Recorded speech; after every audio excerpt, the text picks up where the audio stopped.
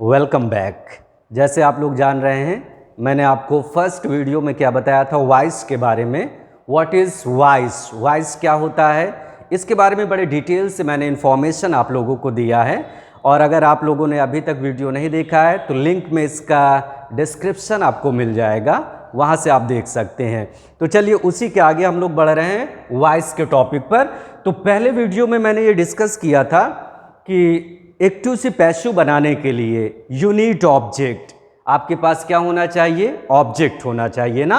और ऑब्जेक्ट को जानने के लिए मैंने क्या बोला था, आपको क्या यूज करना होगा, व्हाट या whom।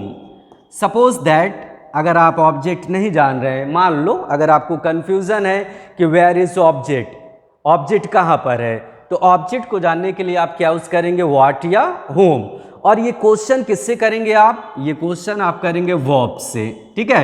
वर्ब का मतलब समझ गए होंगे ना आप लोग, क्रिया। तो आपका ऑब्जेक्ट कहीं पर भी होगा तो डेफिनेटली वो बाहर निकल आएगा।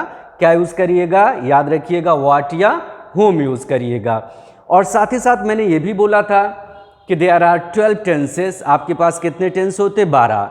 और 12 में से वॉइस के लिए, आई मीन टू से एक्टिव और पैसिव वॉइस के लिए आपको कितने टेंस की जरूरत होगी, 8 टेंस, 8 टेंस की। तो चलिए आज हम लोग टेंस वॉइस देखते हैं कि वॉइस को कैसे बनाया जाता है, एक्टिव से पैसिव में कैसे टर्न करना है। लेट्स सी।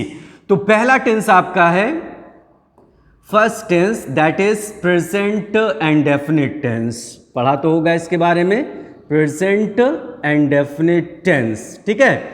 और प्रेजेंट एंड डेफिनिट टेंस की पहचान आपको पता है। पहचान, हिंदी की बात नहीं कर रहा हूं मैं। जैसे मान लिया जाए कोई भी सेंटेंस लिखा हुआ हो तो आप ये देख कर समझ जाएं कि कौन सा टेंस है। तो प्रेजेंट एंड डेफिनिट टेंस कैसे पहचानते हैं, तो प्रेजेंट एंड डेफिनिट टेंस में आपकी वर्ब की कौन सी फॉर्म होती है, फर्स्ट फॉर्म होती है। कौन सी फॉर्म होती है जी, फर्स्ट फॉर्म ना।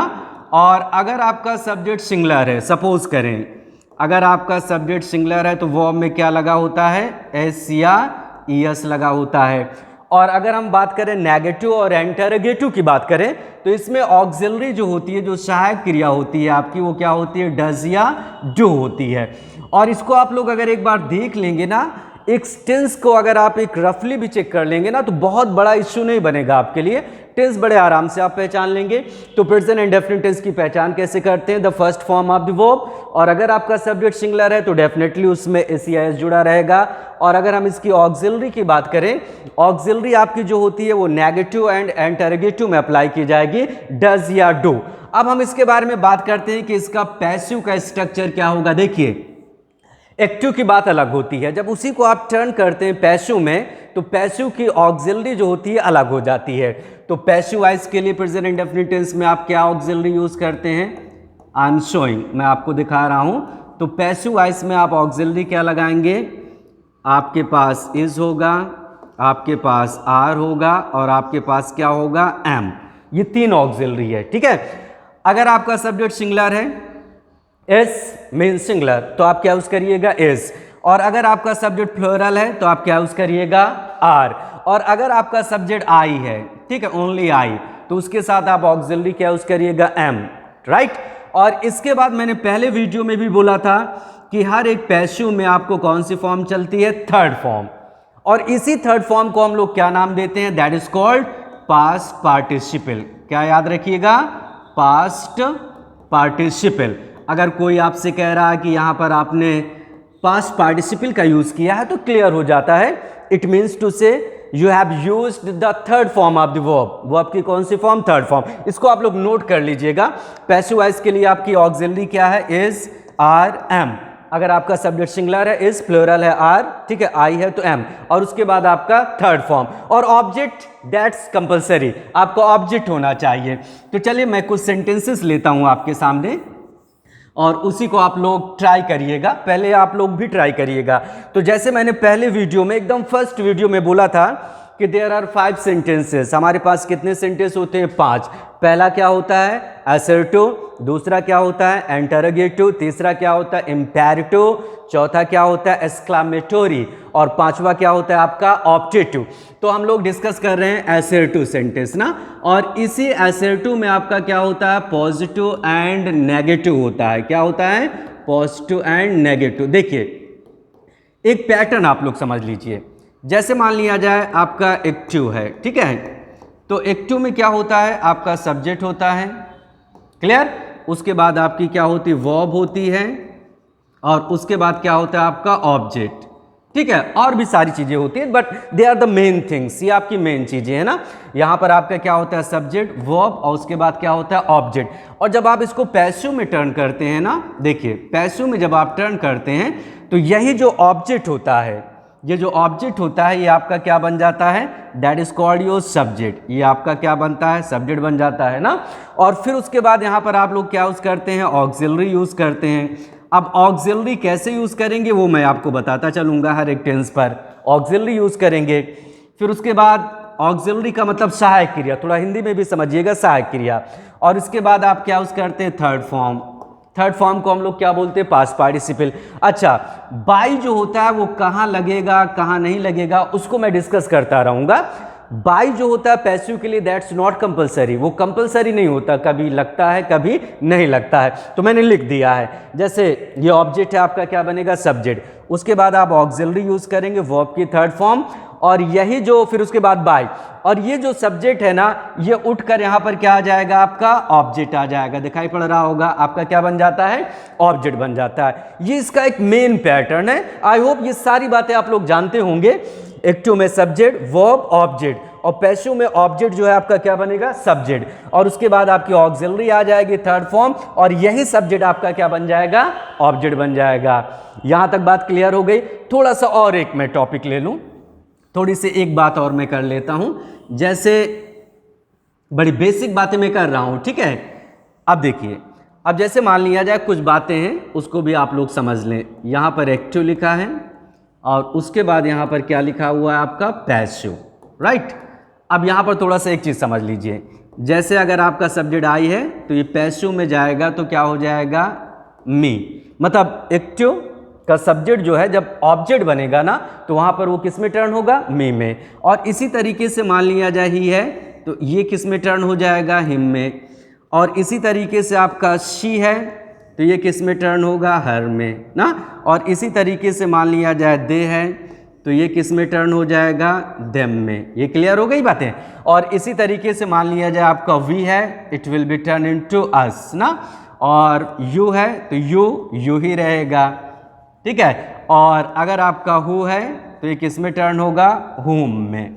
अच्छा, मॉडर्न टाइम में आजकल लोग हु को इंटैक्ट रखते हैं, मतलब उसमें भी चेंजेस नहीं करते हैं, ठीक है। लेकिन अगर हम पुरानी इंग्लिश को देखें तो हु किस में टर्न होता है, हुम में। अब फिर से एक बार समझ लीजिए, एक्टिव में ये सारा सब्जेक्ट है और ये सारा आपका क्या टर्न हो जाएगा, ऑब्जेक्ट। आई है तो किस में टर्न होगा, मी में। ही है तो किस में टर्न होगा, हिम में। शी है तो किस में टर्न होगा, हर में। दे है तो किस में टर्न होगा, देम में। वी है तो किस में टर्न होगा, अस में। यू है तो किस में टर्न होगा, यू में। हु है तो किस में टर्न होगा, हुम में। कभी कभी, अब कहाँ कभी कभी, वो तो बात की बात है, कभी कभी हु इंटैक्ट रहता है, उसमें बदलाव भी नहीं होता है। तो ये कॉन्सेप्ट है। तो चलिए, ये बातें आपको क्लियर हो गई होंगी। अब हम लोग सेंटेंस लेते हैं प्रेजेंट इंडेफिनिट टेंस का। तो एसर्टिव में कौन कौन से सेंटेंस आएंगे, आपको आइडिया है कौन कौन सा सेंटेंस होगा हमारा, positive and negative. Well done, positive and negative. अब जैसे मान लिया जाए मैंने एक सेंटेंस दिया, अब यहां पर लिखा मैंने शी, और उसके बाद लिखा टीचर्स, और उसके बाद हमने लिख दिया अस, और उसके बाद मैंने लिख दिया फिजिक्स। ये हमारा सेंटेंस है। अब देखिए आप लोग समझिए, शी टीचर्स अस फिजिक्स, वो हम लोगों को फिजिक्स पढ़ाती है, ये आपकी वर्ब है। वैसे आइडिया तो मिल ही गया होगा ना, ये सब्जेक्ट ये वर्ब, बाकी की चीजें ऑब्जेक्ट होता है, लेकिन फिर भी शी टीचर्स अस फिजिक्स, वो हम लोगों को फिजिक्स पढ़ाती है। क्या पढ़ाती है, मैंने ऑब्जेक्ट बोला था ना, व्हाट या हुम से, क्या पढ़ाती है, फिजिक्स। और हुम मतलब किसे पढ़ाती है, हम लोगों को। तो कभी कभी दो दो ऑब्जेक्ट होता है, एक ये भी है एक ये भी है। आप किसी ऑब्जेक्ट को सब्जेक्ट बना सकते हैं। चलिए पहले से बनाते अस। अब अस इधर आ गया, देखिए इंटरचेंज होता है। जैसे मैंने बोला ना, वी इधर है तो उधर जाएगा अस, और इधर आएगा, मतलब जब उसको सब्जेक्ट बनाएंगे तो क्या होगा, वी, और जब वी को आप ऑब्जेक्ट में टर्न करेंगे तो अस। ये बातें याद रखिएगा। अस इधर आया तो क्या हो गया, वी। क्लियर। अब वी आपका प्लूरल है तो ऑक्सिलरी क्या हो जाएगी, आर, जैसे मैंने अभी पैटर्न लिखा था। अब टीचर्स थर्ड फॉर्म क्या होती है, टॉट ना। टीच की थर्ड फॉर्म क्या होती है, टॉट, राइट। दूसरा ऑब्जेक्ट वैसे ही लिख दीजिएगा, वी आर टॉट, और उसके बाद मैंने लिख दिया फिजिक्स, ठीक है। वी आर टॉट फिजिक्स, और उसके बाद बाय, और शी इधर से इधर आएगा तो क्या होगा बाय हर। अब ये बाय जो होता है कहाँ कहाँ नहीं लगेगा, ग्रेजुअली स्टेप बाय स्टेप मैं आपको बताता रहूंगा, अभी नहीं, ठीक है। तो यहां पर क्या होगा, we are taught physics by her, पहले ऑब्जेक्ट से बन गया। अगर आप चाह रहे हैं कि नहीं दूसरे ऑब्जेक्ट से भी ट्राई करें, बिल्कुल बन सकता है। आप फिजिक्स को बाहर लाएं, फिजिक्स आपका सिंगुलर है, याद रखिएगा, प्लूरल नहीं है। देखिए एक चीज याद रखिएगा, कोई भी सब्जेक्ट है, कोई भी नाउन है और उसमें आईसीएस लगा हुआ है, क्या लगा हुआ है, आईसीएस, तो उसको कभी प्लूरल मत मानिएगा, वो हमेशा सिंगुलर होता है। अब यहाँ पर फिजिक्स सिंगुलर है तो आप क्या यूज करिएगा, फिजिक्स इज। अब टीच की थर्ड फॉर्म क्या होता है, टॉट। अब दूसरे ऑब्जेक्ट में एक छोटी सी प्रॉब्लम होती है, अगर आप दूसरे ऑब्जेक्ट से बनाते हैं ना तो पहले ऑब्जेक्ट में आपको टू या फॉर जोड़ना पड़ता है अपने से। अब यहाँ पर क्या होगा, physics is taught to us, और उसके बाद क्या हो जाएगा बाय, और उसके बाद क्या हो जाएगा हर। अब एग्जामिनेशन में क्या होता है, ऑप्शनल होता है, ठीक है, तो उसमें आपको ये देखना पड़ेगा कि किससे इसने बनाया है, हो सकता है पहले ऑब्जेक्ट से बनाया हो सकता है दूसरे ऑब्जेक्ट से बनाया हो, तो दोनों पैटर्न जानना बहुत जरूरी है। क्लियर हो गया, बड़ा आसान है। तो चलिए दूसरा एग्जाम्पल हम लोग लेते हैं। तो ये पहला टेंस है, थोड़ा सा मैं डिटेल में लूंगा ताकि फिर बाकी बातें आपको क्लियर होती रहें। और वॉइस बहुत टफ नहीं है, देखिए आपकी मेंटेलिटी, आपके थिंकिंग कोई चीज़ को बहुत ही इजी बना सकती है, बहुत ही टफ बना सकती है, तो किसी भी चीज़ को आप टफ मत मानिएगा। अब जैसे दूसरा एग्जांपल देखिए, अब जैसे यहाँ पर देखिए माय और उसके बाद लिखा ब्रदर, राइट, माय ब्रदर, और उसके बाद लिखा है सेंड्स, और उसके बाद लिखा मी, और उसके बाद लिखा है, उसको हटा दिया जाए, मनी। देखिए मैंने ऐसा सेंटेंस लिया जिसमें दो दो ऑब्जेक्ट हों, देखिए एक ही एग्जाम्पल है, आप लोग ट्राई करिए। तीसरा एग्जाम्पल मैं लिख रहा हूँ, जैसे यहाँ पर मैंने लिखा जॉन, ठीक है, और उसके बाद मैंने लिखा ऑलवेज, ठीक है, जॉन ऑलवेज, और उसके बाद लिखा सपोर्ट्स, और उसके बाद मैंने लिखा माई सपोज दैट फैमिली। चलिए फैमिली को ही ले लेते हैं। अब यहाँ पर दो एग्जाम्पल है, आप लोग ट्राई करिए। देखिए पहले एग्जाम्पल में क्या है, my brother sends me money, मेरा भाई मुझे पैसा भेजता है। क्या भेजता है, पैसा। किसे भेजता है, मुझे। फिर दो ऑब्जेक्ट मिल गया, एक ये और एक ये। आप लोग ट्राई करिए। इसमें देखिए क्या लिखा है, John always supports my family, इसमें तो एकदम क्लियर है।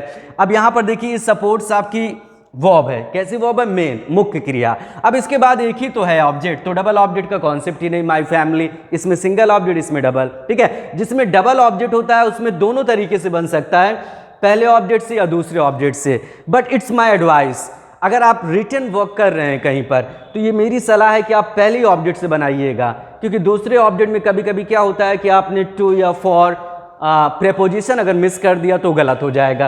तो चलिए पहले ऑब्जेक्ट से बनाइए। मी इधर आएगा तो क्या होगा, आई। अब आई के अकॉर्डिंग मैंने क्या बोला था, एम यूज करिएगा, आई एम। और सेंट की थर्ड फॉर्म क्या होती है, सेंट, आई एम सेंट। और उसके बाद क्या हो जाएगा, मनी। क्लियर हो गया ना, आई एम सेंट मनी।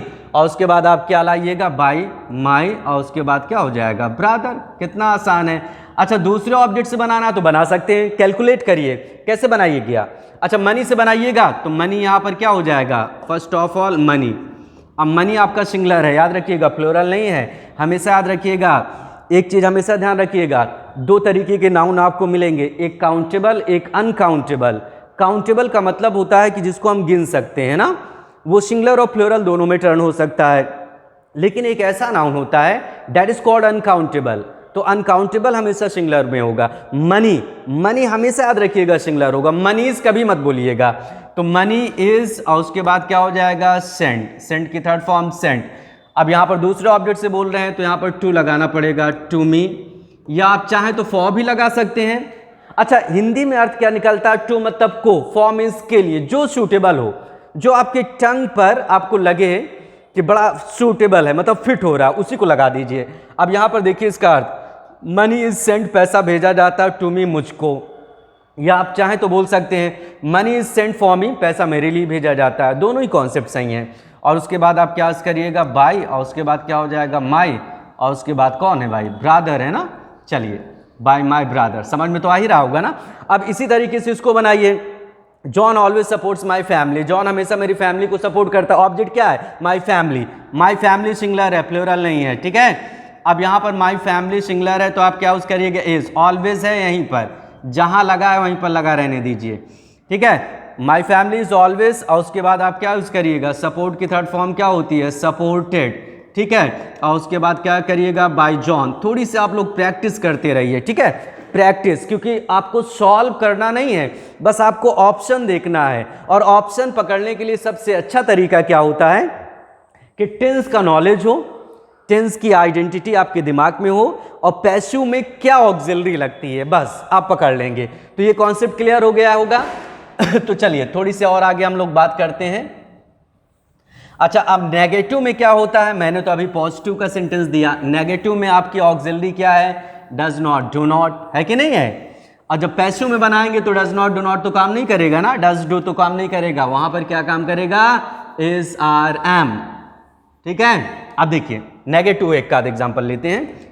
जैसे यहां पर लिखा है माई, और उसके बाद लिखा पेरेंट्स, माई पेरेंट्स, और उसके बाद मैंने लिख दिया डू नॉट माई पेरेंट्स।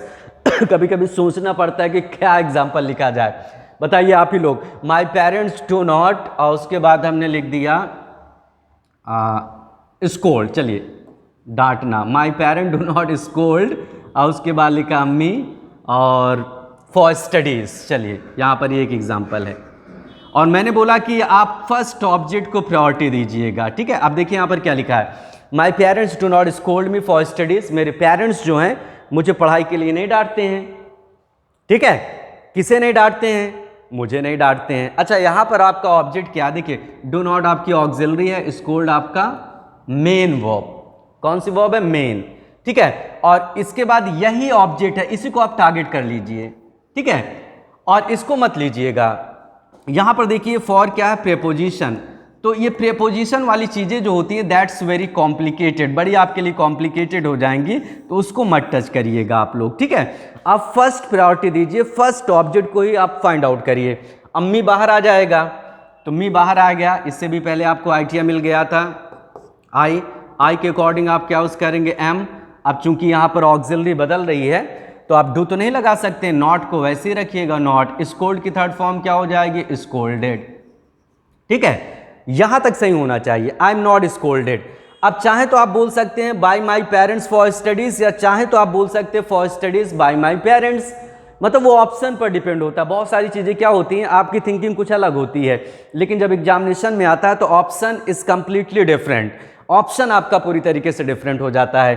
अब यहां पर क्या हुआ, आई एम नॉट स्कोल्डेड, यहीं पर मैं लगा दे रहा हूं फॉर स्टडीज, और उसके बाद क्या हो जाएगा, बाय, और उसके बाद क्या हो जाएगा, माई, और उसके बाद क्या हो जाएगा, पेरेंट्स। क्लियर हो गया, बोलते रहिए, क्लियर, इज इट क्लियर। तो यहां पर आपका नेगेटिव कॉन्सेप्ट क्लियर हो गया होगा ना। चलिए एक सेंटेंस और ले लेता हूं, दो एग्जांपल हर पर ले लिया जाए, बहुत बड़ी चीज नहीं है। हाँ, थोड़ा सा हो सकता है, मे भी थोड़ा सा आपको प्रॉब्लम किस में होती होगी, नरेशन में। नरेशन थोड़ा सा कॉम्प्लिकेटेड होता है। ठीक है, अभी ये भी थोड़ा सा है कॉम्प्लिकेटेड, ऐसी बात नहीं है कि बिल्कुल आसान है। अभी जैसे जैसे आप आगे बढ़ेंगे थोड़ा थोड़ा मैं आपको डेप्थ में ले चलूंगा। ठीक है, अब जैसे एक सेंटेंस और लिखते हैं। अब जैसे यहां पर लिखा दीज, और उसके बाद लिखा बॉयज, दीज बॉयज। चलिए कम से कम इस बार सब्जेक्ट सिंगुलर रख लिया जाए ना, क्योंकि दिस बॉयज प्लूरल हो जाएगा। चलिए यहाँ पर डज नॉट को भी इंक्लूड कर लें, दिस बॉय। ठीक है, और उसके बाद मैंने लिख दिया डज नॉट, और उसके बाद लिखा अटेंड, ठीक, हिज क्लासेस, और उसके बाद मैंने लिख दिया प्रॉपरली। ये एक सेंटेंस है। अब यहाँ पर आपको ऑब्जेक्ट पता ही चल गया होगा, this boy does not attend his classes properly. ये लड़का अपनी क्लास को सही ढंग से अटेंड नहीं करता, अपनी क्लासेस, कई क्लासें होंगी। अब यहाँ पर अटेंड आपका मेन वर्ब। देखिए ऑब्जेक्ट को निकालने का सबसे अच्छा तरीका ये भी है कि मेन वर्ब के बाद जो चीज़ें होती हैं वही ऑब्जेक्ट होती हैं। तो अब आपका ऑब्जेक्ट क्या है, हिज क्लासेस। ठीक है, अच्छा एक चीज़ और याद रखिएगा, अगर आपको कहीं ly वर्ड मिले, ठीक है, तो उसको ऑब्जेक्ट मत मानिएगा, वो हमेशा क्या होता है, एडवर्ब। ये सारी पहचान आप लोग नोट करते चलिएगा। कहीं पर ly, सपोज दैट ly वाले वर्ड अगर आपको मिल रहे हैं तो समझ जाना कि वो आपका ऑब्जेक्ट नहीं है, वो एडवर्ब है। ठीक है, और एडवर्ब जो होता है ना वो ऑब्जेक्ट नहीं कर पाता काम। अब यहाँ पर ऑब्जेक्ट क्या है, इस क्लासेस को बाहर ले लीजिए। अब देखने से, चेहरे से तो पता चल रहा है कि इस क्लासेस प्लूरल में है, तो आप क्या यूज़ करिएगा, आर। ठीक है, डज तो हट ही जाएगा, नॉट है नॉट लगा दीजिए।